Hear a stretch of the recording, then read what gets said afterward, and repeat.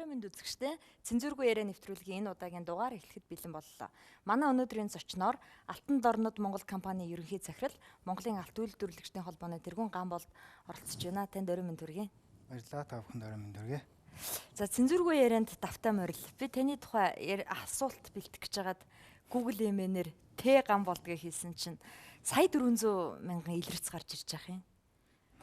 Ястаа мэдхгүй дээ орж үзээгүй шүү. Та тэгэхээр ер нь нэлээд цуутай хүн байхана. Гэхдээ нэг сонирхолтой нь манай нэвтрүүлгийн журмаар бол ямар нэгэн дүрсвчлэг заавал доддуур нь үзүүлэх ёстой л доо. Гэтэл таны тухай ямар дүрсвчлэг алга? Та тэгэхээр телевизэд ярьцлага өгж байгаагүй байна. Их одоо нууцлж ирсэн байлгүй мэдгүй. Яг тэгж хичээж онцлж одоо нууцлж ирсэн юм байхгүй шүү дээ. Сонины ярьцлага хоёрхан баг. Тийм, сонины ярьцлага дээр нь хэд байсан баха. Сайн санахгүй байна. Тэгэл яг тухайн үедээ тэгэл болол өнгөрчдөг болохоор. Нууцлагдмал мөртлөө бас их олонний танил хүн биш үү? Та сая 400 мянган илэрц гэдэг бол их хэмжээний тоол доо.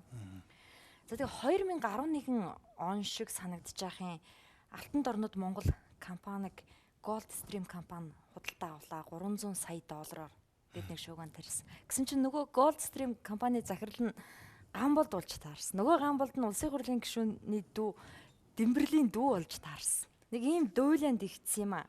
Тэгээ та энэ компаниг яаж авсан бэ? Энэ зүгээр сони хэвлэл дээр гарсан нэг юг ойлголтын жоохон юу яасан баг л та. Энэ компани маань өөрөө олон нийт их сайн мэдж байгаа их тийм өөр төлбөрийн нэлээх асуудалд орсон байсан компани тий.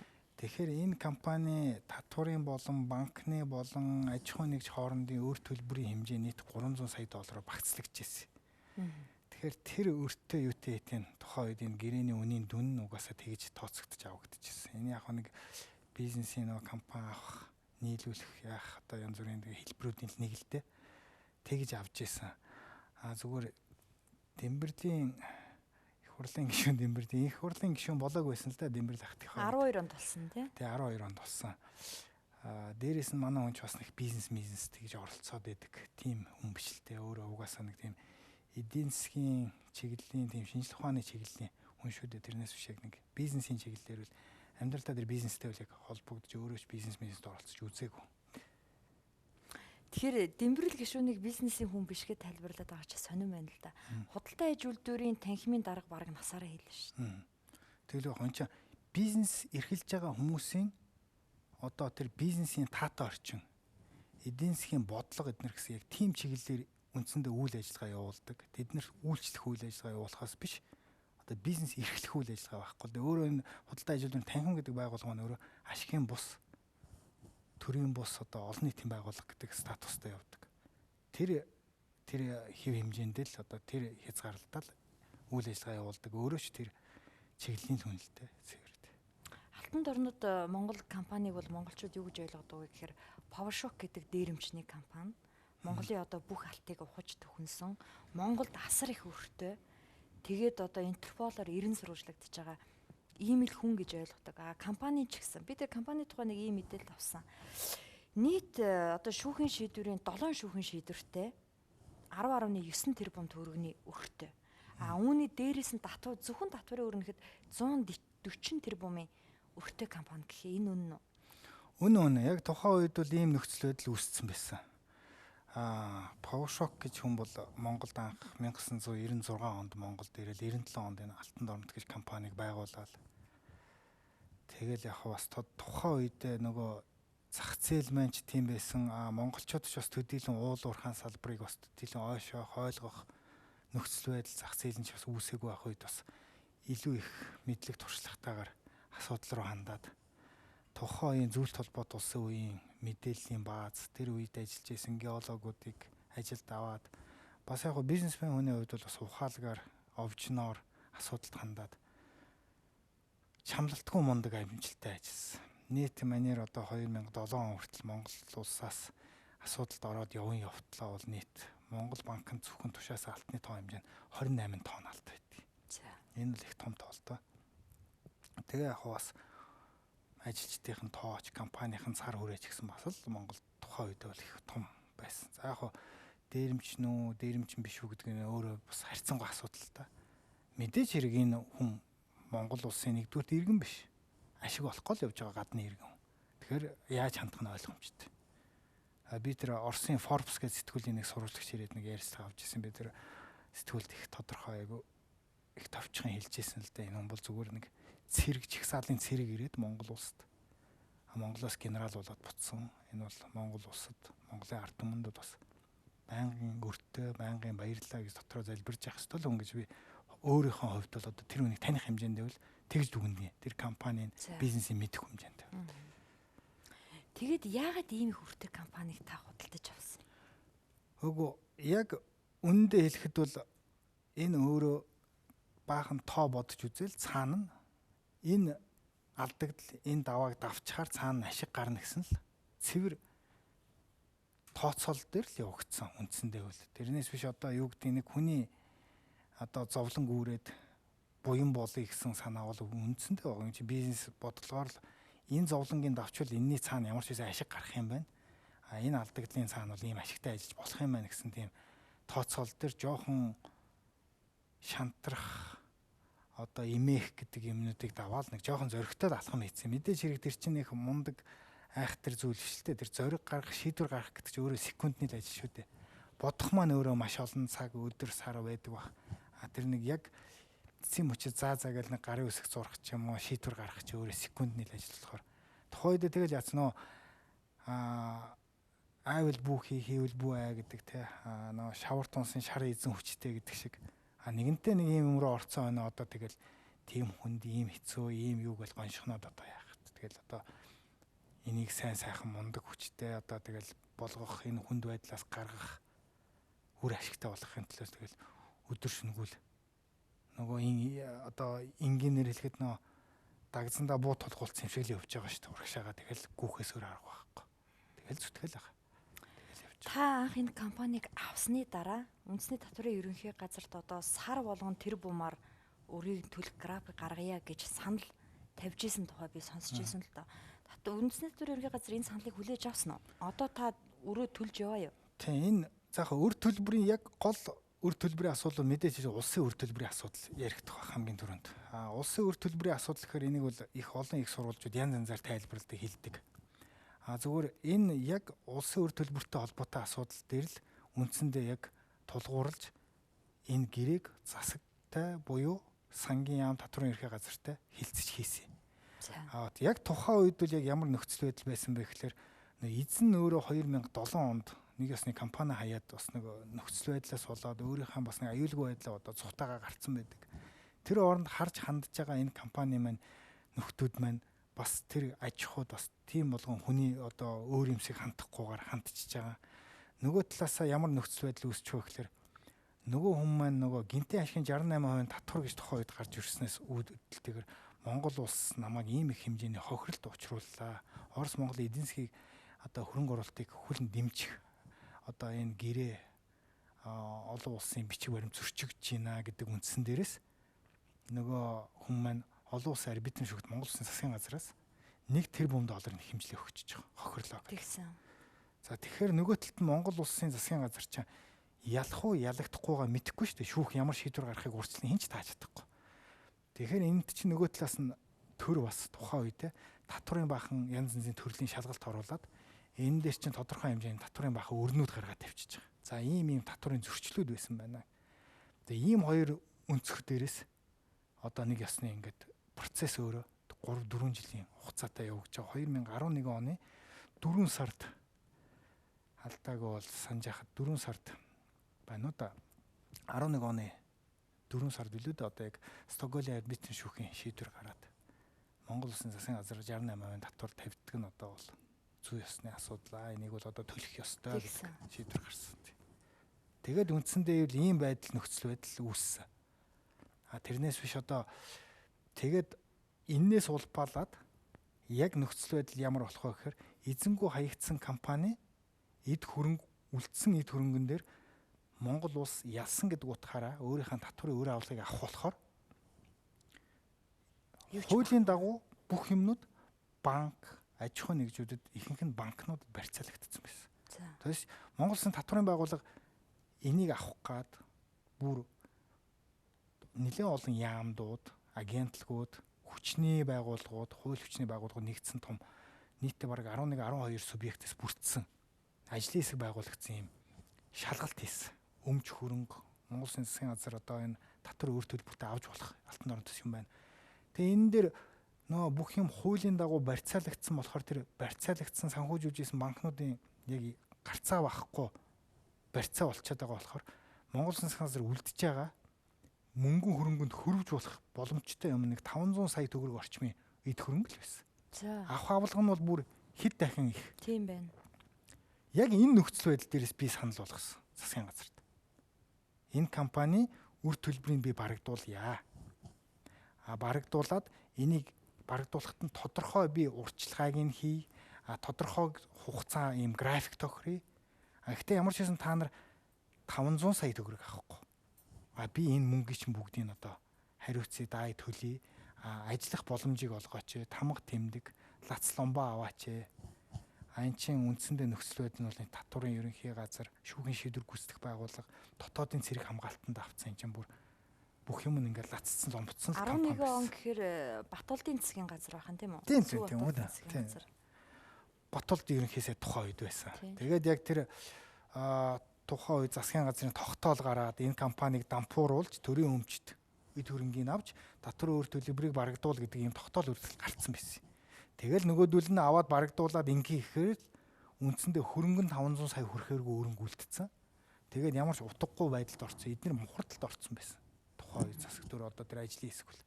Тэр нөхцөл дээрээс би нэг ёсны төрд ашигтай хувилбарыг санал болгоод ажлын байрыг сэргээе. Монгол Улсын эдийн засгт хувь нэмэр оруулъя. Том татвар төлөгчийг буцаагаад амьлуулъя. Дээрээс нь энэ татвар өөр төлбөрийг төлье гэдэг ийм нэг ёсны одоо их сайн санал тавьсан байна тийм. Их сайн санал тавьсан. Энийг засагч гисэн хүлээж авсан. Энэ үндсэн дээрээс гэрээ хийгдэж энэ компани яг үйл ажиллагааг сэргээж ажиллуулсан. Одоо 4 жил өнгөрлөө 11 оноос хойш. Өнөөдөр 14 он. Тэгэхээр та энэ хооронд хичнээн үр төлбөрийг барагдуулсан. Би нийт татварын үр төлбөрийн маань өөрөө тодорхой нэг би яг тухайн үед хүлээж авч байхад яг албан ёсны гарцсан татварын үр төлбөр нь 74.8 тэрбум төгрөгийн үр төлбөр байсан. Яг ингээд маргаангүй төлөх ёстой. За энэний одоо ямар учиртай өрөө гэх юм бол их дэлгэрэнгүй тайлбарлах юм бол гинтийн ашигын 68% татвар гэж одоо Монгол улс зүгээр энгийнээр хэлэхэд хинч төлөөгүй Эрдэнэтээс өөр зэсэн дээр бусад нэг ч аж ахуйн нэгжүүд төлөөгүй шахуу ийм үр төлбөрийг хүлээн зөвшөөрсөн. Энийг төлөе гэдэг зөвшөөрлөө байсан. Нөгөөх нь нөгөө тооцооллын аргачлал болон үйл ажиллагаа явуулаагүй хаалттай хорцсон байх цаг хугацаанд бодогдсон хүү торгуул алдангууд байсан. 70 хэдэн тэрбум. Тэгэхээр энэ дээр нь бол одоо шүүхийн процесс өөрөө 3 шатаар явагдаад намайг хүлээж авч явах үед бол үрээ дээд шүүх мөхтөр процесс нь дуусаад ингээд явж исэн тэр үед яаж хийсэн дээ. Тэр нь өөрөө хэрэгсгүй болцсон мөлий. Хаагцсан тий. Тэр одоо хүү алдан янз бүрийн тодорхой хэмжээний тэр нь тооцооллын аргачлалууд нь 68% гинтийн ашигын татвартай холбоотой яг үр төлбөрүүдийн бүгдийг авч үлдээд энэний өнөөдрийн байдлаар баг 60 орчим тэрбум төгрөгийг төлж барагдуулж чадах манайх. Тэгвэл та нэлээд ажил хийж байгаа юм байна. Яжаан төлсөн. Тэгээд энэс чин гадна нөгөө түрүүн таны дурддаг шүүхийн шийдвэрийн гүйцэтгэлээр байсан 10.1 хэдэн тэрбум гэдэг чинь үндсэндээ шүүхийн шийдвэр гүйцэтгэлийн одоо хамгийн их үр төлбөр хамгийн их гүйцэтгэх хуудсыг хаасан компаниар манайх 2012 онд 13 онд одоо статистик мэдээгээр бол тэргүүлж исэн хамгийн их одоо тэр үр төлбөрүүдийг барагдуулсан. За дээрэс нь манай том банкнуудын одоо нэлийн их үр төлбөрүүд байсан. Энүүдийн нэлийн их хэмжээгээр дарсан. Тэгэхээр бол одоо бас анх 2011 онд эхэлж байхад бол одоо бас байсан тоон үзүүлэлтүүд бол үнэндээ бас 80 гаруй хувь нь бол дарагдчихад байгаа. Энийг бол яг бодит ажил, цаг хугацаа, хөдөлмөр энэ олон хүмүүсийн ажил үүсгэхийн аргагүй. Дандаа бодит амьдрал дээр тушаагдсан. 300 сая доллараар багцлагдсан өртөө компанийг худалдаж авахд энэ их хэмжээний мөнгийг та хаанаас босгосон? Энэ хэмжээний мөнгийг би тухайн үед одоо Монголд байсан арилжааны банкнууд, гадаадаас ус жижиг сажиг хөрөнгө оруулалтын сангууд эднэрээс тодорхой хэмжээний мөнгөд эргэлтийн хөрөнгө эднэрийг бол босгож ажилласан. Тэр үр төлбөрүүдийг бүгдийн цаг хугацаанд нь төлж барагдуулаад явж байгаа. Таныг нэвтрүүлэгт орно гэд нөгөө сошиал медиагаар асуулт авч яхад Сүү Батуулттай хамтарч Алтан дорнод Монголыг авсан байж болзошгүй гэсэн асуулт гарч ирсэн. Тэгэхээр Сүү Батуултын засгийн газартай та харилцан тохиролцоо хийсэн юм шүү дээ. Тэгэлгүй яг тухайн үед Батуулт гэж ерөнхий сайд байсан. Тэрнтэй одоо тэр засгийн газрын үед яг Батуулт гэдэг ерөнхий сайдтай харилцан тохиролцоо хийгээгүй л дээ. Тухайн үед сангийн яамыг толгоолж исэн сангийн сайд болон татварын ерөнхий газрын дарга эднэртэй Хин байсан? Сангийн сайд чинь тухайн үед одоо хаяа хэрваагаа байсан баг. Юун дээр бол ажлын хэсгийнх нь энэ үр төлбөрийг барагдуулах ажлын хэсгийн дарга нь болохоор сангийн яамны төрийн нарийн эмчийн дарга Баттүр гэж хүн байсан. Татварын ерөнхий газрын дарга болохоор Баттөмөр гэж хүн байсан. Энэ хүмүүстэй яг хилцээрийн ширээний ард сууж эн чинь ганцхан энэ хүмүүстэй суухгүй л да тэр бүх олон яамдуудаас орж исэн хууль зүйн яам одоо эрдэс баялаг эрчим хүчний яам гэх мэтчлэн ашигт малтмлын газар шүүхийн шийдвэр гүйцэтгэх байгууллага тагнуулын төв газар хүртэл орж исэн. Энэ бүх байгууллагын төлөөллөлттэй яг ширээний Алтан дорнод Монгол компанийг худалдаж авсан одоо таны нэр дээр байдаг гэдэг Gold Stream компани Монгол улсад бүртгүүлгүй Их Британд бүртгэлтэй гэсэн үү? Энэ Британий Виржин арлуудтай бүртгэлтэй компани. Тийм. За түрүүний асуултыг яг гүйцэтгэхээр Батуулт гэж ерөнхий сайдтай ямар нэгэн холбоо байхгүй. Тэр яг тухайн үед тэр хүний засгийг барьж явах үед л энэ процесс болсон. Тэр хүнд өөр ашигтай гарц байгаагүй. Энэ компанийг дампуурууллаа гэдээ бүр илүү их алдагдaltaй багсан. Тэр хүн харин тэрэн дээр магадгүй зүгээр хориг тавиагүй. Дэмжээгүй маа гэхэд хориг тавиагүй дээр Монгол улсын эдийн засгт бол үр ашигтай зүйл болсон. Энэ компани эцэг компани бол тухайн үед мөнгө босгох зорилгоор Британий Виржиний арлууд бүртгүүлж ирсэн эцэг компани. Тэр эцэг компани өөрөө 100% одоо миний нэр дээр бүртгэлтэй яг миний хамтрагч хэдэн манай дэд захирлууд хамтарч ажиллаж байгаа залуучуудын Монгол залуучуудын нэр дээр бүртгэлтэй байж байгаа. Бидний хэдүүлээ нэг хэдэн нэгэндээ итгэсэн багын найз нар л нийлээл энэ дээр зориглоод орсон. Тэгэл одоо өнөөдөр ямар ч үсэн энэтэй ноцтол ямар ч үсэн муудун аваагүй л явж байгаа. Алтан дорнод Монгол компани захирал байсан одоо PowerShock нэгэн ярилцлагыг өгсөн. ЕТV телевиз гэхдээ онлайн ярилцлага байсан л да. Тэн дээр бол их ноцтой юм ярьсан. Жишээ нь одоо нефть боловсруулах үйлдвэр барья гэдээ Улаанбаатараас 60 км зайтай газар гээд төсөл өгөөд 80 тэрбум төгрөгийн хөрөнгө оруулалт хийчихэд байхад баярын засгийн газар энийг дэмжээгүй. Яагаад гэвэл баярын өөрийнх нь нөлөөнд байдаг 3 нефтийн компани эрх ашигыг хөндөх гээд байсан учраас гэсэн. Дээрээс нь Сүү Батуулт мөнх хөргөл улсын хурлын дарга байсан одоо хууль зүйн сайдаас нямд орж байгаа нэрийг дурдж ярьслаа өгсөн шүү дээ. Та тэрийг үзсэн үү? Би тэр нэвтрүүлгийг дараа нь бичлэгийг олж үзсэн. Бүтнээр үзсэн. Зөвөр би зүгээр их товчхон тайлбарлахад бол зүгээр тэр PowerShock гэж хүнийг би их сайн тань энэ хүмүүсээс илүү. За мань хүн бол хувь хүнийхээ хувьд бол энэ хүмүүстэй хинтэнч бараг гар барьж үзээгүй дээ. Таних нь битээ. Одоо үнэлт дүгнэлт өгөх нь битээ хэл. За дээрэс нь манер нэг Монгол улсын нийгэм эдийн засаг улс төрийн нэг хүнэлт дүгнэлт өгөөд ахаар манай хүн ч бас нэг тийм хүн биш яг үнэндээ. Зөвөр нөгөө тухайн үедээ өөрийнх нь бас нэг хөөсрүүлж исэн бизнес нь өөрөө төсөл нь санаархал нь яатсандаа нэг жоохон өшөрхөх, гоморхох нэг ийм өнцгөөс хандаж өнөөдөр нийгэмд арчилсан нам ялчлаа гэдэг тийм нэг жоохон нэг их л тийм явцуухан их тийм жижигхэн өнцгөөс асуудалд хандаж өнөөдрийн ялагдсан гэдэг нөхдүүд рүү их тийм хурц дайрсан тийм нэг ярьцлага телевизээр өгсөн байсан. Тэр яг баталгаатай хэлэхэд энэ манер бол тэр хүмүүсийг үнэл дүгнэх нь үтэл гарч ирж үзээгүй таних ч яг үнэндээ. Зөв өөрөө бол айгүй тийм хилмигтсэн их том баялаг хөрөнгөө алдсан мэтэр бас их тийм дүр эсгсэн юм байлээ л дээ. Тэр одоо айгүй том нефть үйлдвэр барьж ийсэ эднэргээд тэр нефтийн үйлдвэр мүлдвэрсэд авах явахдаа бид нар чинь бүгд л бас л банкны санхүүжилт зээлээр баригдчихсэн.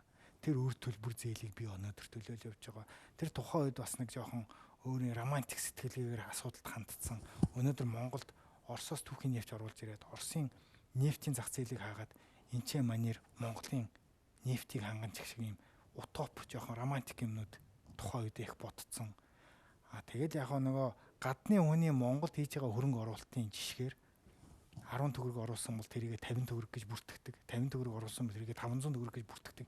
Ийм жишгээр л нэг гоё мөнгө хөөсрүүлж ийсэн тухайн үед нэг компани үнэлгээ хийх гэл нэг иймэрхүү л цэвэр нэг иймэрхүү одоо юу гэдгийг нэг махинац маягийн юмнууд руу их харагддаг юм дэрнэ.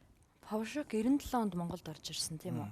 2007 онд гарсан гэж байна шүү дээ. 10 жил Монголд байсан юм шүү дээ. 10 жил Монголд байгаад бизнес хийх гээд явсан хүн одоо манай төрийн томчуудаа огт уулзаагүй явлаа гэж юу?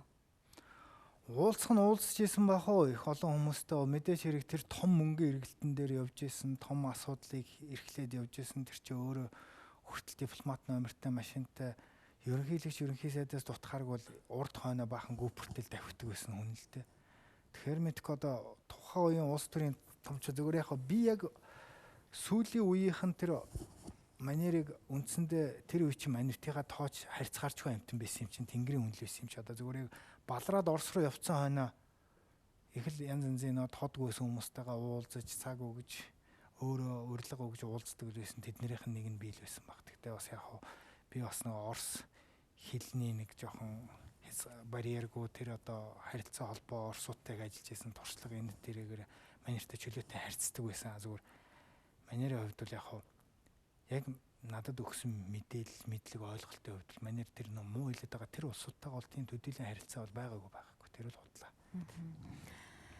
97 онд PowerShock-ыг энэ компанийг байгуулж хагаад Монгол улсад одоо татвар төлөгчөөр эхний 3-т жагсдаг компани байсан гэсэн үү? Энэ тэгсэн үнэ. Одоо тэр тухайн үедээ мэдээж хэрэг үйл ажиллагаа явуулж явах чинь яг тодорхой олборлолтоос шалтгаалсан одоо олборлолт нийгмийн даатгалын шимтгэл ажиллаж байгаа ажилчдаа орон тооноос шалтгаалж байгаа. За мэдээж заавалчгүй төлөгдөх ёстой тэр нөөт. За импортоор оруулж ирж байгаа тоног төхөөрөмж техниктэр төлөгдөж байгаа гайлын албан татварч гэдэг юм. Энэ олон төлөлтүүд тон үзүүлэлтүүдээр мэдээж хэрэг тэр том үйл ажиллагаа явуулж исэн, том тоонууд өгч исэн. Тэгэл тухайн үед нэг жилд нөгөө тэргүүний манлаа татвар төлөгч гэл нөгөө гуншингууд баярын бичгнүүд дүүрэн л байдаг юм байна компаниар. Одоо та ер нь мань хүнтэй уулзсан уу? Хамгийн сүүлд хэзээ уулзав? Би одоо сүүлийн үед нэг харилцаа холбоогоосоо дах юм байхгүй байгаа нэг уулзах гадаах шаардлагач гардггүй. Тэгээд одоо яг бас бидний хооронд ч гэсэн бас нэг үл ойлголцлоо тодорхой хэмжээнд бас байдаг. Нөгөө түрүүн хэлсэн шүү дээ. Одоо гоншгоноод яах вэ гэдэг шиг. Тухайн үед битүү тэгэл бас 8 хийцэн шүү дээ яг үнэндээ. Тэгэл дараа нь өө чи намайг ингэч тэгчгээ одоо гоншгоноод явуултаа нүш. Зүгээр яг бас жоохон жудаггүй худлаа загинцсан яатсан юмнууд зөндөл байдаг л да. Тэдний цаг хугацааны явц дийл гардаг. Одоо тэр болгон дээр гомдоол уцтаал чи намайг ингэсэн байна гэж ярил та. Утгагүй ш тэр л. Өнгөрсөн юм чи. Та өмнө нь дархны төмөрлөгийн үйлдвэрийн захирлаг гүйцэтгэх захирлаар ажиллаж байсан. Гэтэл дархны төмөрлөгийн үйлдвэрийн гүйцэтгэх захирлаар ажиллаад 15 тэрбумын ашигтай ажилласан. Их сайн ажилласан гэсэн мэдээлэл нэг хэсэг хэвлэл мэдээлэлээр явжсэн. Гэтэл таныг төмөрлөгийн үйлдвэрийн даргынхаа албан тушаалыг өгснээ дараа таныг гинт баривчилсан. Тэр ямар асуудлаар баривчилсан бэ? Таныг нэлээд удаан хорьсон санагдаад байна юм. Би төмөрлөгийн үйлдвэрийн дараагаар 2006 оны 4 сараас эхлээд 2009 оны 9 сар хүртэл ажилласан. 3 жил гаруйтай хугацаанд. Ашигтай ажилласан гэвэл ашигтай ажилласан. Энэ бол яг тоон баримтууд, яг бүртгэлүүд, төрийн өмчийн ороо, сангийн яамны дүгнэлтүүд тушаацсан мөнгнүүд нь л байж байгаа юм чи. Тодорхой шүү дээ. Ийм хэмжээний татвар тушаачлаа, ийм хэмжээний ашигтай ажиллаа гэд балансаа тайлагнаад энэ чи ашиг машигаа бүртгэл улсын 100% компани ч бүх ашиг орлогоо тэгэл тушаан шүү дээ. Тэгэхээр ямар би мөнгөд хэвлэл тушаах биш юм чи. Ашигтай ажилласан үнэн. Тэр цаг хугацаа миний ажиллаж явах цаг хугацаа бол хамгийн өндөр, хамгийн боломжтой, хамгийн өндөр ашигтай ажилласан үйл ажилласан үнэн. За тэр төмөрлөгийн үйлдвэртэй холбоотой бас нэг гарцаа байхгүй амжилтын нэг хэсэг бол би тэр ашигыг дагаад орон нутаг тэр үйлдвэрийн хэмжээнд одоо ажлын байр гэдэг одоо гол том үзүүлэлтүүдийг бас айгүй огцом нэмэгдүүлж ирсэн. 300 орчим хүнтэй үйлдвэрийг хүлээж аваад 1000 гаруй хүнтэй үйлдвэр болгож ирсэн. 200 гаруй мянган төгрөгийн дундаж цалинтай үйлдвэр хүлээж аваад сая төгрөгийн дундаж цалинтай болгоод Эрдэнэтийн үйлдвэр дээр ажил хаялт болоод тухайн үеийн Эрдэнэтийн дараа Наранхууд захирал над руу уцтаж загинж ирсэн. За юу гэж? Чи огцом цалин нэмснээс болж Эрдэнэтэд ажил хаялт үүсээд баларж байна. За. Чи наад матхаа болмол эднэр гэж. Одоо бас тийм байдлын замчааны хүртэл тухайн үед ирж ирсэн. Тэгэхээр энэ эрг үзүүлэлтүүд мөнөөс мөн. За хамгийн гол том зүйл бол би энэ үйлдвэрийн өнөөдөр стратегийн орд гэж яригадаад байдаг. Энэ 5-7 оюутлоготой зэрэгцээд нэг хэмжээнд яригдаг төмөртөн орд буюу энэ төмөрийн хөдрийн гол том бассейн нөөцүүдийг би бүгдийн энэ лицензүүдийг зохион байгуул санаачилж Хятад Монголын хамтардсан Монгол талд нь улс төр бизнесийн нөлөө бүхий бас хүмүүсийн одоо юу гэдэг хамааралтай ийм том төслийг нурааж энэ төмөрлөгийн үйлдвэрийн нэр дээр би 100% авч ирсэн. Төмөртэй ордог. Төмөртэй ордог. Хус туул төмөртэй ордог. Төмөртлөгөө гэдэг Ямар компани мэдээлэл вэ? NBLT гэж компани байсан. За ингээд энэ компанийг энэ төмрийн хөдрийн орд газруудыг авахд ард олон нийтэд ойлгуулж, ажилчдад ойлгуулж, бид нэр олон сар жигсаал цуглаа хийж, энэ төмөр зам амыг хааж. Миний Монголын газар шороо хөдөлгөөнд жагсаад илүү. Яг зөв. Миний Монголын газар шороо хөдөлгөөн чинь бидний хамтрагчаар орж, бид нарыг дэмжиж, хамтарч энэ цар хүрээгээ нэлээд том төмөр зам бас хаасан. Тэгсэн тухайн үед чи одоо энэ Бацсандангийн Хусыг хөрлөн гişүнчийн хүртэл хөдөлгөөн жигсаал хийдэг тийм стилийн хүн байсан. Энэ хүн хүртэл хамт ирээл дэмжиж байгаа шүүгээл бид нар ч гэсэн хамт ингээл явж лээсэн. Тэгээд ямар ч байсан шүүх мөхийн гадаа хүртэл жигсаал цуглаан хийж загнуулаад ингэж явж байгаа ямар ч байсан тухайн үед хэвлэл мэдээллээр Гамболд Дэмбэрэлтэйгээ нийлж ахтайгаа нийлж энийг лицензийг хувьдаа авж ийн гэж маш их бичсэн. Тухайн үед энээс үүдээд маш их одоо анхныхаа жинхэнэ юу гэдгийг одоо дайсан ашиг сонирхлын зөрчилтэй улсуудыг өөртөө бий болгож эхэлж ийсэн. Зүгээр цаг хугацаа өнгөрсөн талаа үнэн юм бүх юм тодордог. Одоо 2014 онд та эргээд харахад бол энэ дарахын төмөрлөгийн үйлдвэрийн хувьцааг бий эзэмшиж гэнэ үү, төмөртөө ордын хувьцааг бий эзэмшиж гэнэ үү гэдгийг хин ч гэсэн тод харагдаж байгаа бах надад бол юу ч байхгүй тэнд. Гэхдээ ямар ч байсан энэ улсын төрийн гэсэн олныг хамаарах, олонд ашиг хүртээлээ өргөх энэ үйлдвэрийн энэ том гол нөөцийг бий болгосон. Энэ дээрээс биш тэр үйлдвэрийн тоног төхөөрөмж, үйлдвэрийн байшин барилга нэг сонирн биш шүү дээ. Түүхийд нөөц гэдэг нь өөрөө хамгийн том сонирн зүйл байна. Тэгэхээр энэ маань өөрөө хэдэн зуун сая тоноор үнэлэгдэж байгаа. Хэдэн зуун сая одоо ирээдүйд боломж бололцоогоор ингэж үнэлэгдэж байгаа уул уурхайн том төсөл нөөц. Энийг гарцаа авахгүй би яг өөрөө санаачилж өөрөө зүтгэж хийжсэн энийг л хийж. Тухайн үед хэвлэлээр гарч ирснийг яг санаж байна. Дэмбэрэл дүүтэйгээ нийлээд төмөртөө ордын лицензийг өөр дээр авч яана. Дархны төмөрлөгийн үйлдвэрийг бодоо олголоо гэл яваад исэн. Гэтэл зөрүүлээд 15 тэрбумын ашигтай ажилласан гэдэг мэдээлэл явсан. За ингээ асуудал намжлаа гэж ойлгосон. Гэтэл таныг барьж авах хэрэгцсэн. Тэгсэн. Тэр чинь 2012 онд л доо 9 онд би ажиллаа өгсөн. 2012 онд сонгуулийн дараа юу өмнө үү? Дараа. Сонгуулийн дараа арчилсан намуудад засгийн газарт гарч ирээд. Тий, биш сонгуулийн өмнө юм байна. 12 оны 1 сард тийм. Тэгээд яг хуу тухайн үед авилгалтай тэмцэх газраас шалгаад тодорхой зарим нэг мэдээллүүдийн дагуу энэ үйлдвэр дээр ашигтай ашиггүй ажилласан, хууль зөрчсөн одоо ийм нөхцөл байдал байсан байж болцсохгүй гэдэг нөхцөл байдлаар шалгасан, эрүүгээ хэрэг үсгээд. Тэгээд оргон зайлж болцсохгүй энэ төр гэсэн нэг угаасаа нэг хэмжүүр шаардлагууд байдаг хуулийн. Тэрэнд нь тэнцээгүйгээс үүдээд намайг хорьсон. Хэр удаа хоригдсан? 2 сар орчим хоригдсан. Зөндөө утсан биш. Тий, тэгээд шалга дууссан. Бүх юмыг шалгах дуусаа тэгээд одоо гэмт хэргийн бүрэлдэхүүнгүй байна гэд дараа нь хэрэгсэхгүй болсон энэ хэрэг. Тэгээд таныг 2 сар хорьсон. Уушлалгүйсэн үү? Гэхдээ яг нөгөө хуулийнхаа дагуу шалгах эрх нь бол энэ шалгах байгууллагад байгаад байгаа. Шалгуулах үүрэг нь бол одоо иргэн надад байгаад байгаа гэдэг утгаараа уучлалт гуугаад ах чи юу ах вэ? Одоо шалгах үүргийнхаа дагуу шалгасан гэж ойлгоол нөгөөдх нь шалгуулсан гэж ойлгоол ингээл ийм байдлаар л энэ хэрэг дууссан. Ашгүй цагаатчлаа гэл. Тий яг ямар ч байсан гэмт хэргийн бүрэлдэхүүнгүй гэдэг байдлаар л хэрэг нэрэхгүй болсон. Өнгөрсөн хавар бас дахиад тэнийг хорьсон. Тэр одоо бас их сонин нөхцөл байдал үүссэн л дээ. Одоо цагдаагийн байгууллагаас удаан хугацаагаар оргон зайлсан ч гэлээ одоо нэг тийм сонин шалтгаан дурдаад нөгөөх нь одоо тэр дархны төмөрлөгийн үйлдвэрийн өнөөгийн удирдлага нь өөрийнх нь хойрын төр садан тул гэмт хэрэгтэй холбогдолтой байж болзошгүй бичиг баримт алдагдах нөхцөлтэй гэдэг ийм үндсэн шалтгаанаар хорьсон. За. Яг нэг ч удаа зарлан дутах хуц өгөөгүйгээр. Жастин Батхүү дархны төмөрлөгийн үйлдвэрийг барьцаанд тавиад тэрнийх нь Батхан даалтыг төрөмжийн хорооны дарга сугар гаргаад орж ирсэн 10 сая долларын та Just компани данс руу шилжүүлсэн гэсэн мэдээлэл Тийм хэвлэлээр явсан. хэвлэлээр явсан л да. Зүгээр яг хоо тэр нөхцөл байдал нь бол өөрөө дансны хуулга, банкны баримтуудаар нотлогдчихно л доо. Тэрэн дээр одоо яг хоо би тийм үнэн, тийм худлаа гэж ярих утгагүй. Тэр нь өөрөө яг өөрөө баримт, хуулга, банкны хуулга одоо хөдөлгөөн баримтуудаар нотлогдчих. Тэрнээс нь одоо сугарч гэдэг юм уу, гамболч гэдэг юм уу янз бүрийн хүмүүс аваагүй байна. Энэ мөнгө нь бол банкны Just-ийн үр зээлэнд нь голомт банк суутгаж авсан байна. Энэ мөнгнөөс бол замаас нь хэн нэгэн аваагүй байна гэдэг бүх юм нь бол баримтуудаараа нотлогдоод гараад ирсэн. Зүгээр яг процедурын хувьд бол жоохон тэр хорж шалгаж ингэж нэг жоохон ингэж байгаа нэг жоохон муухай эвгүй санагдсан. Муухайгаар барахуда ажил хийж явж байгаа залуу хүнийг 2 удаа барьж авч хорчоод тэгээд тэрнийхээ төлөө уучлал нөхөн олгоор өгдөг тийм систем Монголд байдаг юм уу? За тэр нөхөн олгуур гэж ярих юм бол өөрөө их харьцангуй зүйл тийм ээ.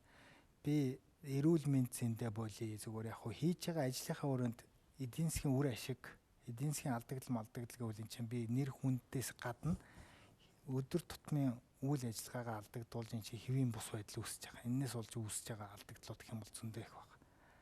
Энэ минийгээр ярих юм бол энэ чинь өөрөө их утгагүй зүйл болоо явчихна. Тэгэхээр яг одоо нэгэнтээ нийгэмд ийм хардлага сэрдэлтэй нэг цаг үе байлаа. Одоо тэрэнд нь хардаг сэрдэгдээд ялаа. Одоо тэгээд яг одоо ажлын нэг хэсэг нөхцөл байдал гэж үзэл одоо тэгээд урагшаа хараад явахаас өөр одоо тэрэн дээр бас тэгэл гоншгоноо бол инглээ тэглээ гэл ингээд явах бол бас хэцүү л дээ. Гоншгонохгүй гэхээр номхон тиймээ ноолоход амархан гихчээр бэсигээд таныг ингээд хорчдөг. Эсвэл хүмүүс за энэ гам болдвол ингээд гэмт хэрэгтэн бах өө гэж боддог ч юм уу. Ийм нэг ойлголт төрөхгүй юу? Энэ таны бизнес цаад болохгүй юу? За яг нөгөө жоохон хитрхи юу жоохон тийм нэг өөдрөг үзлэр хэлэх юм бол нөгөө үннээр явхад нөгөө үхэр тэргээр туулааг үүснэ гэдэг шиг яг ямар нэгэн тийм юм байхгүй гэдэгтээ өөрөө бүрэн итгэлтэй байгаа болохоор одоо тэрэнд бол их имзэглээд юм уу яагаад ах юм алга зүгээр одоо тэгээд шалгах ёстой бол шалгана үз. Шалгалаа гэдэг янз бүрийн юм асуудал бол байхгүй. Зүгээр өнөөдөр ганцхан өөрийнхөө асуудал гэж ярихгүйгээр зүгээр ерөнхийд нь ярихад бид нар эдийн засгийн хувьд ийм өөрсдөө бас имзэг цаг үед амьдарч байна. Өөрсдөө нэг ийм нэг хүн амын хувьд цөөхүүлээ байна. 800 жил Монгол улс байгуулагдсан цаг үеэсээ хойш бүр түүхтэйгээ олж утгах юм бол бид нар өнөөдөр дандаа л одоо кино түүх зохиолоор үзэхэд дандаа л нэг тийм нэгээ чадсан, алсан, хоорондоо тэмцэлсэн ийм цаг түүхээр дандаа яваад өнөөдрийг хүрчиж. Энэ нь микро хэмжээндээ мань мэт дээрээ байх шиг л байгаа. Макро хэмжээндээ тэр төрийн томчууд дээр бас харагдаад ах шиг байгаа. Тийм ээ. Хамгийн тэр томчууд хоорондын одоо үл ойлголцолч байдаг юм. Өс хонзонч байдаг юм уу, үл ойлголцол тэмцэлтэй янз бүр. Тэгэхээр зүгээр яг би зүгээр боддгийм л та зүгээр.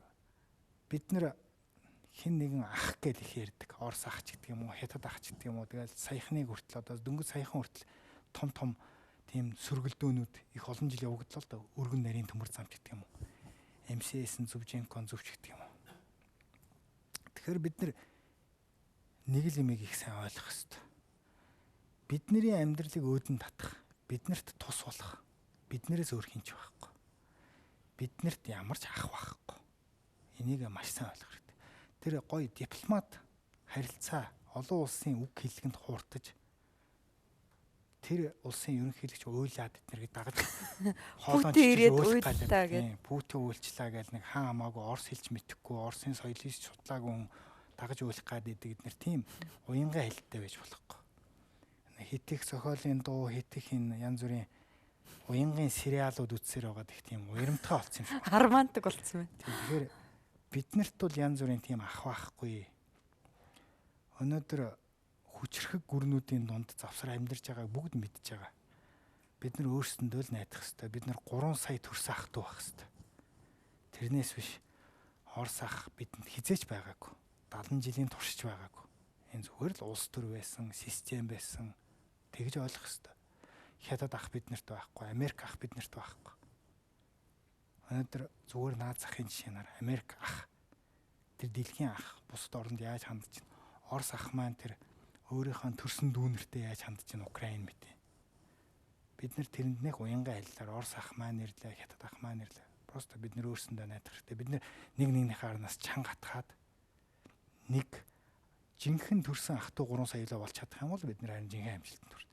Тэгэхээр бид нар л ийм бодлоготой л амьдрах хэрэгтэй гэж би бод. Тэгэхээр энийг бас хүн болгон ойлгоосоо гэж боддгийн. Тэгэхгүй одоо янз бүрийн тэндээс нэг гинтийн surprise ч юм уу, гинтийн гоё бэлэг гайхамшиг бидний амьдралыг өөдөн татах юм хүрлийг огт хэрэггүй. Мэдээж хэрэг бидний жижигхэн хүн амтай үндэстэн тодорхой хэмжээнд өөрсдийнхээ дундаж давхархыг ядаж нэг 80% хүргэсэн чадaltaй болчихж жагаад дэлхийн тэр том интегралчлалт, глобалчлал гэдэг процесс руу ороод тэгснийхаа дараагаар магадгүй тэр дэлхийн зам ёсыг дагаад бус улс оронтой одоо ирлийзчих, нэгдэх, одоо юу гэдгийг нөгөө хил хязгаараа нээх тийм ээ, Европын холбооны улс шиг, Азийн холбооч гэдэг. Тэр процесс руу орохын тулд бид нэр өнөөдрийнхээ дороо буураа, мэдлэг боловсралгүй энэ жижигхэн бодлого энэ бүх юмнасаа салж жоохон хөгжих хэрэгтэй хурдхан шиг. Ингэжээж бид нартэй том тоглолт руу орно. Нөгөө хэсэг нөгөө төрүүлээ хөгжсөнүүд нь бас нөгөөдөлдөө боломж олох талаасаа бодохгүйгээр хэтэрхий их дэлхийн стандарт руу яваад өөрөөсөө бид нар ингэсэн дэлхийн дүрм юм байдаг ингээд бас хатуурхаад ээж бас болохгүй. Тэгэхээр гарцаа авахгүй бидний нөгөө л Монгол төр улс байгуулагч 13 дугаар зуунаас эхлээл өнөөдөр хүртэл бид нэр хятадтай хайртай биш харилцаагаар хайрцсан шүү дээ. Тэгэхээр тэр процесс явах хэрэгтэй. Бид нар нэг сүүлийн 70 жилийнхаа Оросуудтайгаа харьцаж байгаа харьцаагаар ах мах гэд бас хууртаад төөрөөд байх хэрэггүй. Яг л бид нарыг ах гээл хууртаад тэр хятадчин ах биш гэдэг хуурталтын явцад сүүлийн 5 6 жилийн дотор Оросууд л очлоо шүү дээ. 5 6 дахин өөрсдийнхөө төмөр зам усан портуудын нэвтрүүлэх хүчин чадлыг нэмэгдүүлээл өөрсдөө нүүрс төмөрийн өдрөө хамаагүй ихээр зөөдөг бид нарыг хулагталаа хийж байгаа байхгүй. Бид нар тэглээгээд Путин ирлээгээд биднэрт юм өгөхгүй л байгаа зү. Өгийг гэвэл надад нэг $100 дайтал мэдрэмжтэй байгаа шнэ. Ганц тэрбум доллар өгөхөд. Айгүй энгийнээр хэлгээд. Би нэг хүнд нэг $100 өгөх тань л байгаа. Тэр улсад. Тэгэхэд тэхгүй л байгаа зү. Бизнес эрхэлж байгаа одоо ингээд зовлонгийн үзэж байгаа хүний хувьд яг юу саад болоод байна? Биднэрт хамгийн том саад болж байгаа юм бол бидний эргэн тойронд бидний сонгож гаргадаг улс төрчдийн үзэл бодол болон үйл ажиллагаа. Хамгийн их сүүлийн үед одоо бүр дээд үсэх оргилдоо хүрч байгаа энэ популизм гэдэг ойлголт. Энэ популизмаа дагаад энэ популист үзэл баримтлаа хэлсэн ярьсандаа бантаад энэндээ нийлүүлж өөрөө тэрийг бурууга мэдсээр байж тэрэндээ холилдоод орооцолтоод ордог. Эцэн нүрэнд. Энэ нөхцөл байдгийг бол хамгийн их хүнд байдалд оруулж байгаа. Жишээлбэл одоо зөвхөн ганцхан манай алтны салбар дээр ярихад л тийм ээ. Энэ алтны салбар гэж өөрөө их товчхоноор хэлэхэд зах зээлийн эдийн засаг руу дөнгөж 90 он гараад орж байхад одоо Монгол улс анхны ерөнхийлөгч очроо утгаа хамгийн зоримог алхам хийж энэ алт хөтөлбөр гэдгийг одоо бас зоригтойгоор шийдвэрлэж тийм ээ. Өөрөө энэ алтны салбар маань өөрөө одоо тэр 10 жилийн хугацаанд одоо энэ нүүрс төмрийн хөдөр энэ уул уурхаан салбар өөрөө гарч ирэх цаг үе хүртэл Монгол улсын эдийн засгийн гол нуруунд дээр авч явсан том уул уурхаан цорын ганц салбар авчиж байгаа. Алтны салбар. 300 гаруй компани алтны энэ салбар дээр үйл ажиллагаа явуулж байна. Популизмыг дагаад энэс үүдэлтэй хамгийн ихний 68% гинтийн ашигын дотор энэ компани 68 таарах төрлөө гэдэг. Ястаа гоё нугсалсан тийм ээ. Тэгсэн. Энэний үүдлээс 300 том татвар төлөөгч, валютын санг бүрдүүлэгч, эрдэнсийн санг бүрдүүлэгч 300 компани 30-40 хүртлээр цөөрч байгаа. За энэний дараагаар шил дараад урт нэртэй хууль гээд байгаль орчиндөө нэг хайртай хэдэн хүмүүс байгаль орчныхаа эсрэг хууль гаргачихж байгаа. Популист нөгөө үзэл баримтлаа олон нийтэд ярихаараа нэг байгаль орчинд хайртай уул ус модыг хайрлаж байгаа нэрийдлэр гаргачихж байгаа. Амьдрал дээр өнөөдөр 5 жилийн дараа эргээд харахад би болсон явдлыг ярьж байгаа ш тэрнээс хүнийг хий өмөр güтгэж байгаа. 5 жилийн дараа эргээд харахад энэ урт нэртэй хууль маань байгаль орчинд ээлээ өгсөнгөө л ээлээ өгөөгүй.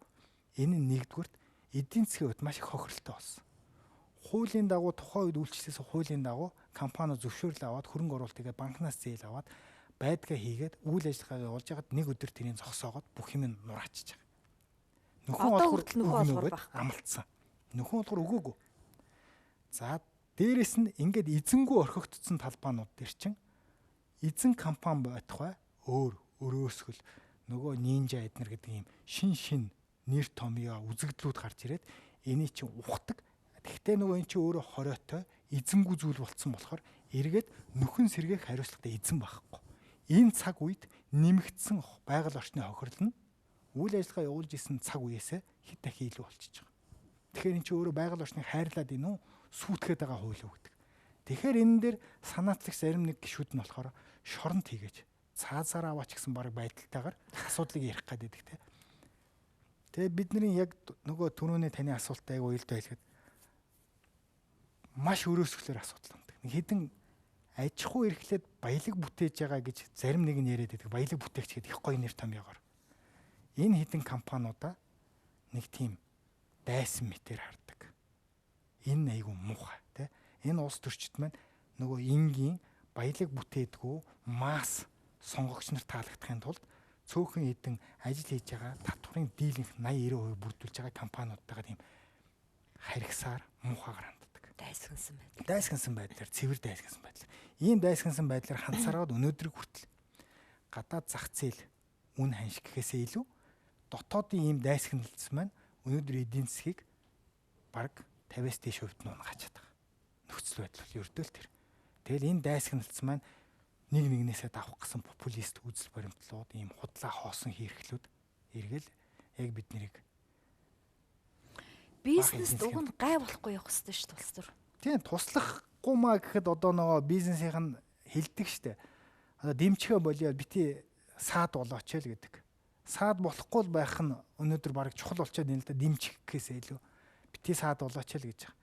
Тэгэхгүйгээр ингээд нөгөө мэдээлэл мэдлэггүй ард түмний чинь турхирдаг, худлаа ярьдаг, худлаа мэдээлэлээр цэнгэлдэг.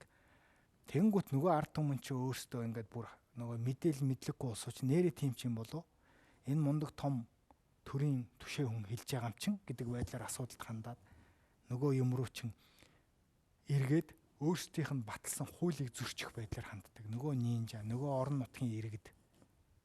Бид нар ер нь 70 жил явсан парилдар сэтгүүнээсээ салж чадахгүй байгаа юм шүү. Одоо баян хүн харахаараа үзэн яддаг. Том компани болохоор энэ бол одоо үндэсний хэмжээний дайсан болдог. Эзний захирлын олигарх гэдэг, луурчин, дээрэмчин гэдэг.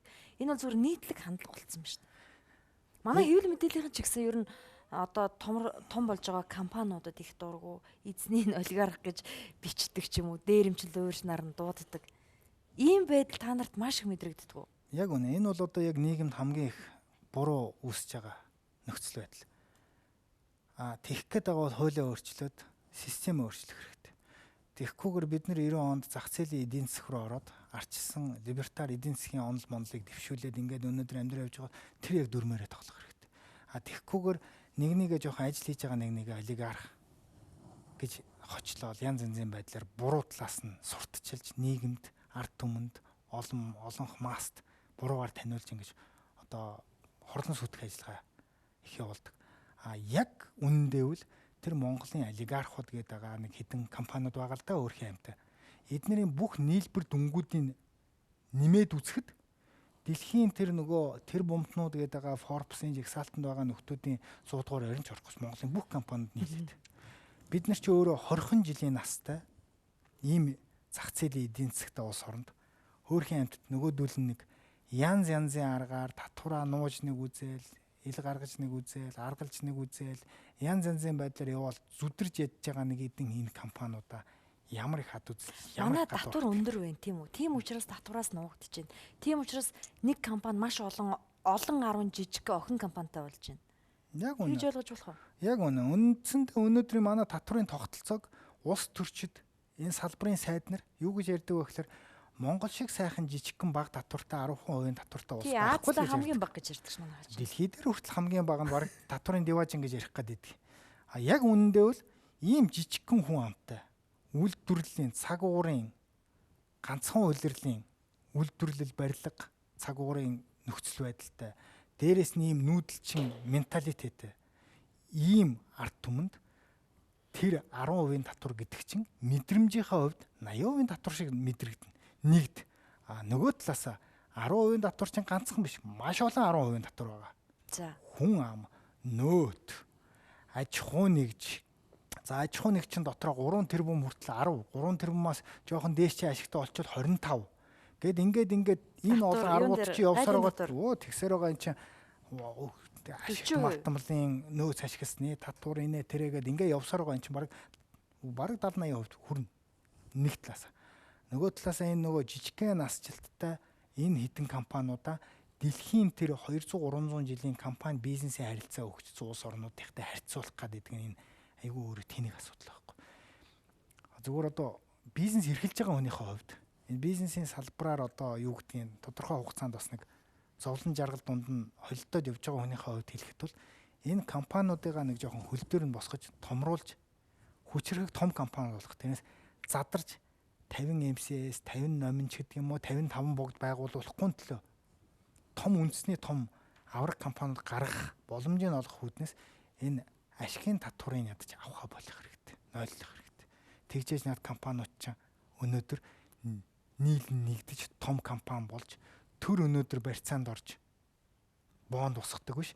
Компаниуд өөрийнхөө хариуцлагынхаа хүрээнд эрсдлээ хийж гаднаас бонд зээл босгодог, хөрөнгө оруулалт оруулж идэг ийм чадвартай нөхцөл байдлыг энэ төр нь өөрөө бүрдүүлчих хэрэгтэй байхгүй. Тэгжээж эдийн засгт зохистой ийм нөхцөл байдал үүсч үр ашигтай эффектүүд гарна. Орлогоо нуугаад тайлан өгж байгаа юм чинь улсын статистик мэдээж худлаа гарна. Мэдээж хэрэг өнөөдөр хүртэл бүх статистик эдийн засгийн мэдээ худлаа штэ. 2007 онд нэг та санаж байгаа бол татварын өршөөл гэдэг нэг юм хийсэн. За тэрэн дээр их олон хүмүүс шүүмжлэлтэй ханддаг. Дийлинг компаниуд нь мдээгүй, цөөхөн хэдэн том компаниуд мэдсэн ч их тийм ээ. А за хин мэдсэн ч мдээгүй ч тийм юм хийгдсэн үнэн. Татварын тодорхой хэмжээний одоо алдагдлаа одоо янз бүрийн нотой юмнуудаа баллуурцсан. Тэр боломжийг хуулиар болгосон. Гэхдээ орчин нь өөрөө бүрдээгүй цагт эн чинь дахиад буцаал бохирдчихж байгаа. Эргээд орчин нь өөрөө бүрдэж чадсан. Одоо дахиад эдийн засгийн өршөөлийн хууль ярьж байна. Эдийн засгийн өршөөлийн хууль бол яг одоо бол үнэндээ бол яаралтай хийхгүй бол болохгүй зүйл. Энэ эдийн засгийн өршөөлийн хуулийг яаралтай хийж энэ хэдин компаниудаа нэгдүгürt боломж олгох. Нөгөө талаасаа орчноо энэнтэйгээ цуг орчноо сайжруулах хэрэгтэй. За хамгийн гол энэ дээр нэг яригадаад байгаа зүйл бол энэ нөгөө эдийн засгийн өршөөлөө дагаад нөгөө бидний нэгээ чи баян чи ядуу чи их эдсэн чи бага эдсэн ч гэдэг юм уу энэ хооронд энэ зэвсэг болдог янз бүрийн энэ нөхцөл байдлуудаа нэг нойллоод бүгдэндээ одоо яг үнэндээ энэ 20 жил 20 гаруй жилийн арчилсан нийгэм бид нар шилжсэн цаг үеэс хойш энэ бизнесийн цаг үед бол гэмт хэрэгт холбогдоогүй та бидний хинч байхгүй штэ. Гэмт хэрэгтэн болгож харъя гэвэл хэнийг ч гэсэн болгож харж болно. Тэрэн дээр ямар нэгэн гэмт хэрэгийн үйлдэл олдно. Яг бол өөрөө орчин маань тийм болохоор хүн хүссэн өрөөгөө тэрнтэй орооцолтсон л байдаг.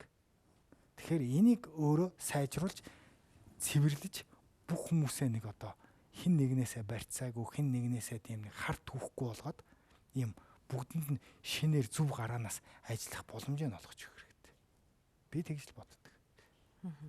Та ингээд бизнесийн тухай нэлээд зөв ярьж байна гэж би ойлголоо. Гэхдээ таны бизнесийн түүх юу вэ? Та анх ямар бизнесээс эхэлжсэн? За ястаа анх бизнесийн түүх гэж ярихаар ч одоо хаашаа ч одоо 10 жилээсээ л одоо 8 панз янз бүрийн жижиг сажиг юмнууд хийдэг л байсан. Сэтгүүл плакатнаас ахуулаад тэгэл дараа нь видео гаргаад тэр дөнгөж 10 жил төгсөж явах цаг үед чинь Орос 10 жил 89 он төгсөөл гараад ирчих ч одоо бид аль сургуулийг төгссөн да? Би Орос 14 тухайн үед нөө зөвлөлтийн 14 дугаар дунд сургууль гэдгийг төгсөжсэн. Тэгээд яг төгсөөл гараад ирэхээр чинь нийгэм өөрөө яг шилжилтийн үед нь эхэлчихсэн шүү дээ. 89 онд. Тий 89 онд 10 жил коммунист онд яг коммунизмын их орныхын сургуульд нь төгсчөөр чинь коммунизм худлаа байсан юм аа. Бүх юм доллараа гэдэг ийм амьдрал хүлээгээд ирэхээр чинь одоо унтрах, шантрах санаагаар унах одоо төөрөгдөлд орно үстэй хүн чинь бүр. Тэгээ тэр үед чи одоо нийгэм өөрөө өөрчлөгдөж байгаа учраас мэрэгчлээ боловсруулагч нөгөө мундаг эдийн засагч эмч багш бүгд л дэнжин мянган зах дээр л амьдралаа залгуулах тийм нөхцөл байдал үүссэн шүү. Тэгэхээр чи тэр боловсрал диплом тэр бүх юм чи ямар ч үнцэнгүй хэрэгцээгүй зүйл болж харагдсан байхгүй. Тэр үднээс л яг л ганцхан 8-нд л орсон. Дэнжин мянган 8 зах дээрч байсан. Энэ ганцхан 8-аар нь авсан бүх одоо юу гэдгийг тэр цаг үеийн бүх юмд л орооцолтол ах нарын хажууд бацаан гэж хэлэгдээл Гахаа зөөгөл. Тэг гахаа зөөгөл тэгэл спиртинч зөөгөл хураагдаад бүхэл шатаар нь явсан. Тэгэл яг тогтвортой яг үгдгийн одоо нэг тийм нэг зөв зохистой тогтвортой нэг жоохон онолтой тийм бизнесийн үйл ажиллагаа бол 2000 оноос хойш эргэлж гисэн. Би таныг ингээ видео үзүүлдэг байсан гэж сонссон шүү дээ. Үнэ. Орцны хонгил монгол хөдөө гадаа яваад. Тэгсэн. Тэр чи яг тэр үед видеоч ховор байсан. Хөдөө орон нутаг байтугай хотч тэр видео мэдээж ховор байсан юм чи. Хотод үзүүлэхээр баригдчдаг, торгуулчдаг, хураагчдаг айгүй их асуудал байсан. Тийм тэгэхээр нь бас амхандаа тухайн үед л бас нэг жоохон мал сүрэг ихтэй, түүхий эд сайтай ч гэдэг юм уу, хүн ам ихтэй ч гэдэг юм уу. Тэрийг одоо амхандаа л өөрсдийнхээ хэмжээнд судалгаа хийгээл 89 90 оны үед чинь л говь алтаар руу яваал. Тэгэл тент чинь нэг найзтайгаа, нэг дүү найзтайгаа нийлээл хамтраал видео эднэр гаргаад бас явсан тийм сонин эргээд гоё ичих юм уу, дурсгалтай түүх үзэндөө байгаа. Та тэгээ ямар сургууль төгссөн? Дээд сургууль. Би 10 жилдээ Франц хэл үзчихсэн болохоор жоохон дөхөм санагдаад байна. Гадаадны дээд сургуулийн Францын ангид байсан. Өмнө ангаахын их сургуульд конкурс өгөөд унж ирсэн. Тэгээд гадаадны дээд сургуулийн Францын ангид байж байгаа. Дараа нь яг амьдралын шаардлага хэрэгцээ тулгагдаад санхүү эдийн засгийн дээдийн нэгдсэн бод бүртгэлийн ангийг оройгоор төгсөж ирсэн. Дараа нь Германд нэг бизнес эдийн засгийн чиглэлээр нэг 2 жил суралцж ирсэн. Яг одоогийн нөгөө боловсралтай барууны сургууль соёлтой хүмүүсийн хажууд хэлэхэд Тэр нь тийм л юм хэлэх байх гэж бодоод ичмээр л Харвардын одоо Английн, Америкийн байхгүй тийм мундаг PhD ми байхгүй. Тийм мундаг боловсрал гуншин байхгүй. Цэвэр ерөнхийдөө Монгол бүтээгдэхүүн ихэнхдээ хар практик онл уншсан ном үтсэн харсан юмор бол тэгэл явсаар байгаа л өнөөдрийг хүрээл явж. За ямар ч үсэн чамлахааргүй олон зүйл бүтээсэн ажлын байр хангалттай бий болголоо. Овоо хэдэн бас ажлын байрыг 3000 орчим корпорейт зочид буудал таних тийм үү сүлжээ. Одоо Улаанбаатарт 2, Тэрэлжид 1 байна уу? Нүхтэн амд 1 байна. Нүхтэд байна уу тий? Одоо худалдаа иж үйлдвэрийн танхимтай ингэж нөгөө залгаа баригдсан корпорейт зочид буудал байдаг штэ. Тэрийг болохоор одоо улсын хурлын гишүүн Дэмбэрэл дүүтэйгээ нийлээд Монголын компаниудыг хөрөнгө хийгээд тэр газрыг луурдэж аваад барьсан юм аа гэд. Тийм яг хөтэ нэг тийм бас ганц нэг хүмүүсийн мэдээлэл явсан бахаа. Ерөнхийдөө нэг иймэрхүү сөрөг мэдээллүүд чинь бол нэг 2 3 хүнээс л гардыг штэ. Магадгүй тэр 99% нь бол эрг мэдээлэлтэй байдгийг. Тэгээд нэг 2 3 хүмүүсийн гаргасан сөрөг мэдээллийг айгүй тийм хурцаар хүлээж авдгийг нийгэм угаасаа би тэгж ойлгодгийг. Зүгээр яг хөтэ үнэн мөн түүх гэх юм бол тэр мэддэг хүмүүс нь бүгд мэднэ л дээ. Энэ анх барилгын барих гал энэ Дэмбэрэл гэж миний ах энэ худалдаа иж үйлдвэрийн барилгын мөнгийг хятадын одоо олон улсын нэг байгууллагаас олж гуйж хандваар босгож ирээл нэг байшин хайрцаг бариад хандвын мөнгөөр энэ доторх офис зал танхимуудаа энэ хэдэн компаниудын мөнгөөр гаднах инженерийн шугам сүлжээ энэ нөгөө үүсэл ЦТП гэдэг энэ бүх том мөнгө шингэсэн дэд бүтцийн ажил энэ эргэн тойрон асфальтын талбай энэ бүх юм тухайн үед нь одоо яг ахын цэвэр гуйлт өөрийнх нь ямар ч оролцоогүй тэр олон нийтийн байгууллагын нь одоо өөрийнх нь бас нэг сэтгэлийнх нь бас нэг тийм нэг өөрийнх нь тийм нэг хүслийн дагаж гуйлтыг биелүүлж хэдий банк янз бүрийн байгууллагад үр зээлтэй байгаа ч гэсэн тэрийг санхүүжүүлж албан ёсоор бүр санхүүжүүлж 800 орчим тэр сая төгрөгөөр тухайн үеийн өндөр бас мөнгө тийм мөнгөөр энэ бүх ажлын эргэн тойронд нь хийж бүсдэгч өгч ирсэн. Тэр л гарцаа байхгүй юм. За тэр газрын хувьд гэх юм бол тэр танхим бол бас одоогийн тэр чи одоо 2000 оны ихээр тэр бүр одоогийн маршалын гүрний тэнд газар авцсан. Тэр чи Улаанбаатар хот чи одоо яг өнөөдрийн байрал дээр ч гэсэн зилүүд хөдөөдөө тооцогдох газар байсан. Энэ газрын зааж өгж хөөцөлдөж өөрөө авах гэжсэн газар мазраа зааж өгч тухайн үед одоо энэ Мегон бэнк хот гэж хотын дарга дэмжиж тусалж эднэр энэ газар мазрыг шийдэж өгч. Энэс миний оролцоо байгаа харцаа байхгүй. Тэгээ энэ ч одоо л өнөөдөр их барилга баригчаал эн чинь ингэж харагдаж байгаа болохоос биш. Тэр 2000 оны ихэнх үедээ бол эн чинь хотын захын бас нэг хүн цэнгүү зилүүд хоосон газар Тийм байсан. байсан. Тийм үнэн. Яг тий цаг үеэрээ хөөгд ярих юм бол яг л тийм нөхцөл байдал. Гэхдээ таныг ингээд цаг үе хөөгд ингээд ярихаар дээр үе урагшаа мэрдэг. Ингээ өөрөө чи харахаар айгуу залуу хүн ингээд оо бацаал гэдэг шүү хүмүүс. Ингээд та хиттэй. Би одоо 44 настай. Тэгвэл бацаанд орохгүйгүй. Бацаан орохгүй. Бацаан биш ээ. Жохоо туранхаа болохоор бацаа харагдсан байдаг. Ер нь овортой байх нь таны овргүй байгаа нь давуу тал чинь юм уу эсвэл сул тал чинь болоод байна уу? За давуу тал юу яаж байх вэ мэдээж. Овргүй байх нь уу? Тийм бизнес. За бизнесийн төр захиргаатай харилцаад бизнесийн салбарт явж байгаа чи овргүй авах бол нэг сайн тал биш л дээ. Энд чинь хүнд нэг сайн харагдахгүй нүдэнд нь багтан те сөрөгчтэй. Бид нар чинь өөрсдийн нэг уламжилт шин чанар чинь нэг сайхан гүзээтэй, намптай, нүдний шилтэй ч юм уу нэг сайхан тийм жоохон тийм бас нэг хөөрөг кармалцсан ч юм уу иймэрхүү байж ч бас нэг жоохон хүнд үнэлэгдэн шүү. Дааж нэг тэр хип маяг нь одоохондоо суугаагүй л ах шиг байна л да. Тэгээд нэг давуу тал биш яач байсан. Хурдан мөр уяад хөөрг хөрлөд явах уу та? Байхгүй. Яагаад одоохондоо тийм хол үнэндээ хобби алгадаа одоо хоббигээд таны асуултыг төрүүлээд магадгүй хобби гэж асуух гэж исэн бол над хобби байхгүй. Хурдан морч байхгүй, хөөрөгч байхгүй. хуйгалсан машин. Байхгүй. Нисдэг онгоц. Байхгүй.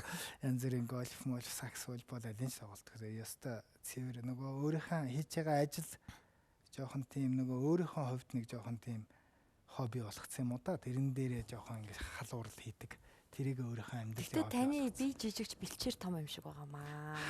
Инх баяр гээл нэг хүнтэй хоололдог, сүү батул, баяр одоо ер нь холбогдоогүй хүн алга. Тэр ч одоо бас зүгээр бас жоохон цуурхал талтай байж магадгүй бах. Зүгээр нөгөө төрийн компани ажил хийж байхад бол тухайн үеийн төр засгийн сайд дарга нар томчуултаа харьцдаг байсан. Сайн байна уу? Ажлаа тайлагнана. Тухайн үед бас өөдрөг жоохон романтик сэтгэлгээгээр хандаж одоо бас өөрийнхөө мэдэх чадах зах зээл дээрээс хичдэг юм уу одоо Оросын том тэр бомтнуудыг Монголд авчирч тухайн үеийн одоо ерөнхий сайдд нартай танилцуулж уулзуулах эднэр тиймэрхүү ажлуудыг бас хийж л явсан. Амхандаа л бас Монголд томхон хөрөнгө оруулалт оруулчаасаа том хүнд үйлдвэрийг санхүүжүүлчээсээ эднэрс бүтсэн юм байхгүй л дээ. Энийг ингээд бизнес хийгээд явж байхад чинь улсын хурлын гишүүн ах чинь ахын чинь нэр гай болдгоо. Года гай нэх болоод ах юу ах вэ? Манай хүн чинь ер нь угаасаа нэг тийм хүнд гай нэх тарьдгүй тийм бас дөлгөөхөн хүн шүү дээ.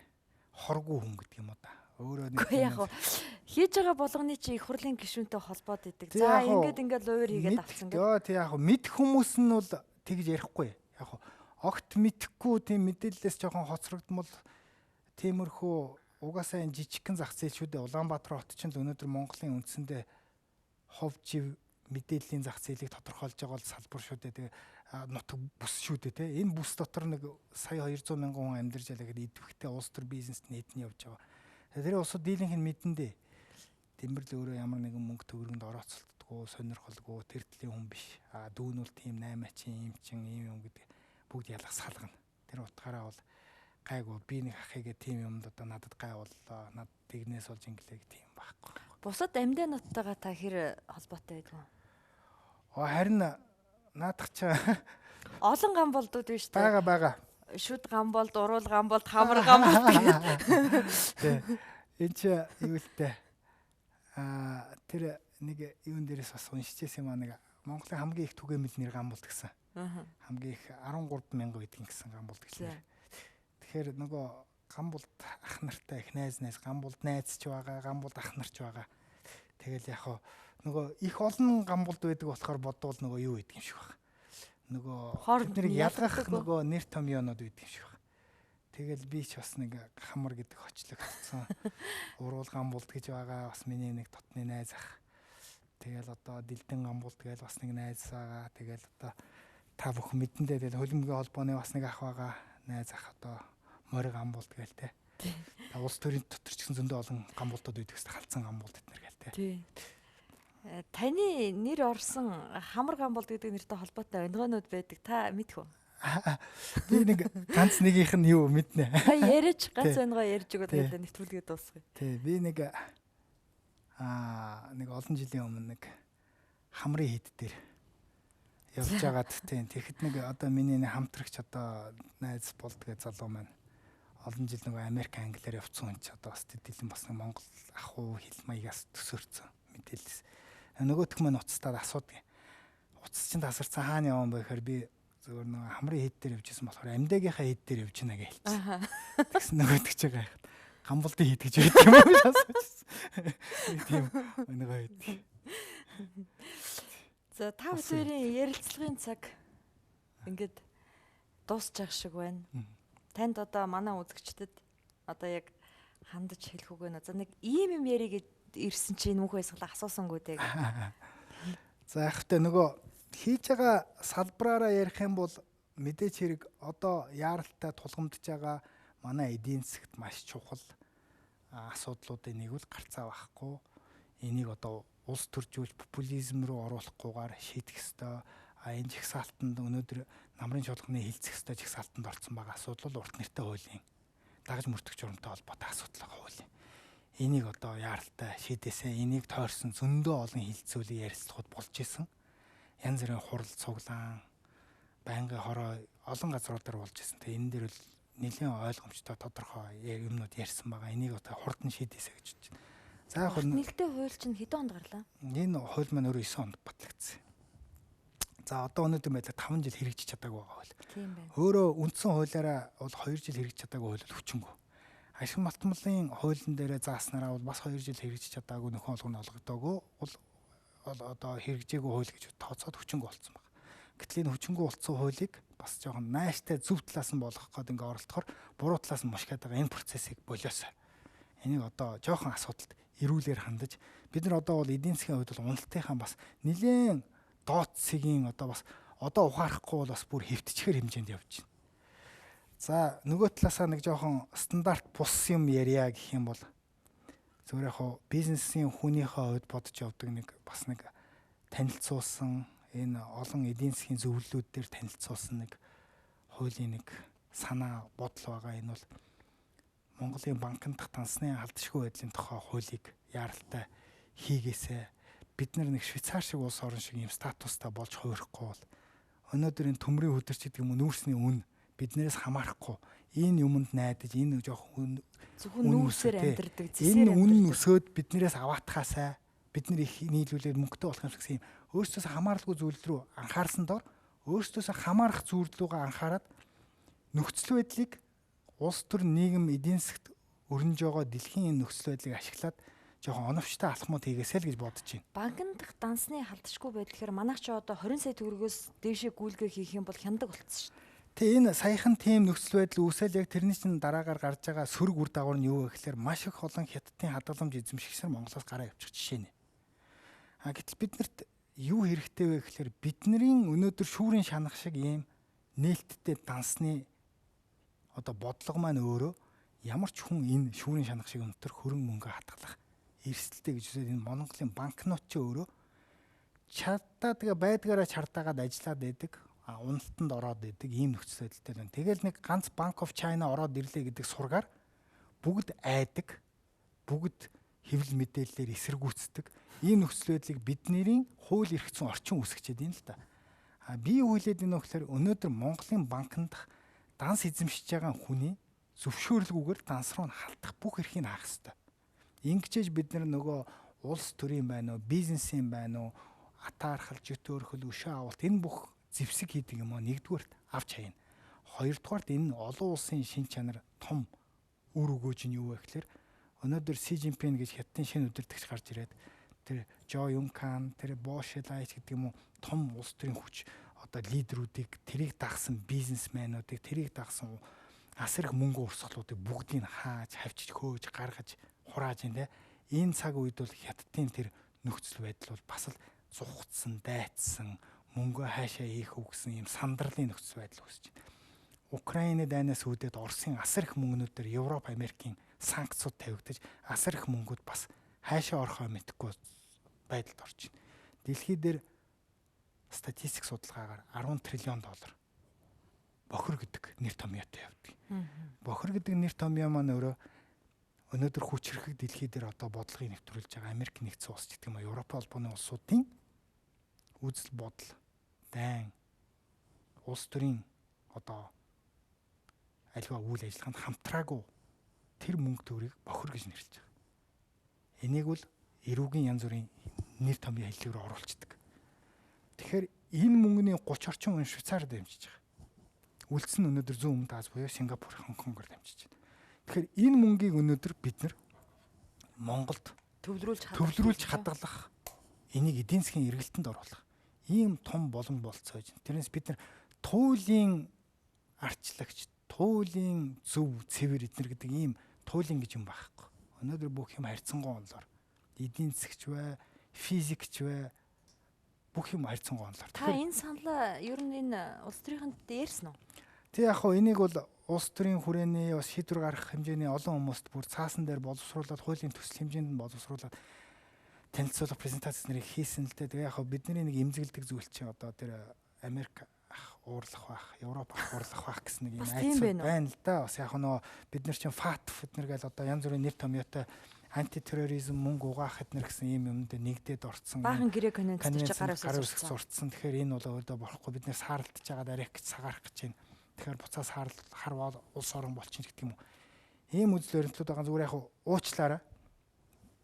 Хитрхи одоо хурц юм ярьсан бол. Гэхдээ бид нар өнөөдөр аливаа нэг хүчрэг улс гүрнээс зээл тусламж энэ олон улсын байгууллагаас авч амьдэрдэг. Ийм гүрэн Мянмар, Непал, Конго, Замби шиг болж амьдрах уу?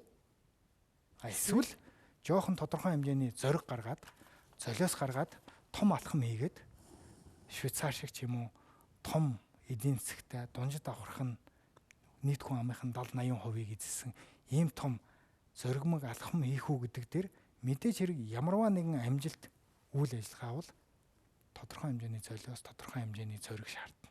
Тэгэхээр бидний ийм л юм байна. Одоо хонь хിവэрээ үлдэхүү эсвэл инкүү гэдэг. Энэс биш одоо бидний өдөр тутам ярьдаг нүүрс төмрийн өдөр оюутлахаа бидний ганцхан биднээс хамаарахгүй юм дээр бид нар горьдлого хийгээд амьдраад байна шүү дээ. Миний мэдхээр 8 жил ярьлаа. Зөвхөн энэний үнийг дагаж манай эдийн засаг өсдөг эсвэл буурдаг тий. Одоо бас нэг хамгийн том сүүлийн үеийн жишээ та бодлоо. Өнөөдөр маш олон жил казиногийн хууль гэж яригдлаа. Өнөөдөр сүүлийн үед хилцэгдэж байна. Агад казиногийн хууль өнөөдөр ямар ач холбогдолтой байна вэ гэхээр хамгийн наазах нь Монголын хэдэн мөнгөтэй улсууд нь гадаад очиж казино тоглодог. Энэ нууц биш. Тэнд тэр хэмжээний валют үлдэж байгаа.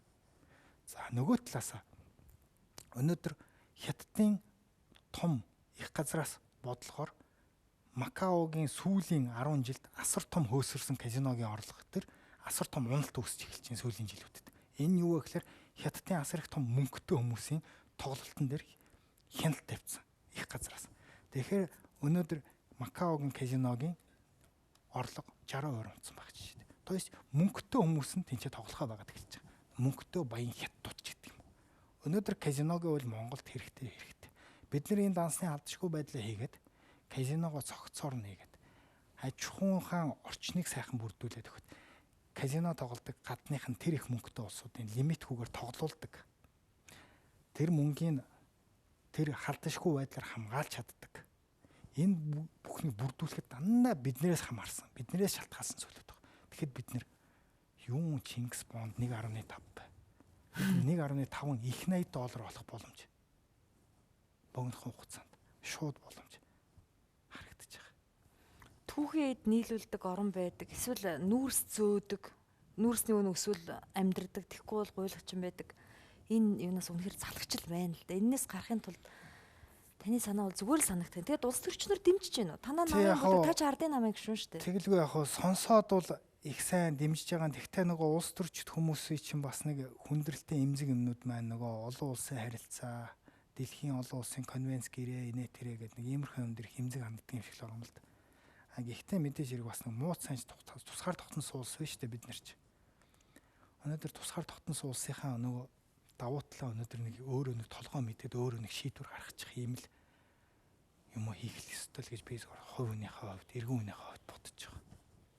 хийчихээсэй л гэж бодож байна. За баярлалаа. Цаг дуусаа цаг хэтэрсэн гэд нэвтрүүлгээд зогсоогооч төгсгөөч гэдэг нь. За тэгээд Хэрцэн боловчлаар. манай урилгыг хүлээн авч ирсэн танд их баярлалаа. Таны ажилд амжилт хүсье. Та их хурдан овржих хэрэгтэй юм байна. Нас ч юм бол яг л хэвэн байгаа юм байна ш таны чи жоох хөөхт гэж бодоод байдаг гэсэн. За баярлалаа үзэгчдээ. Цензургүй яриа нэвтрүүлгийн энэ удаагийн дугаар үгээр өндөрлөж байна. Эх 7 хоногийн даваа гарагийн 21 цагта эрг уулзцгаая. Баяр та.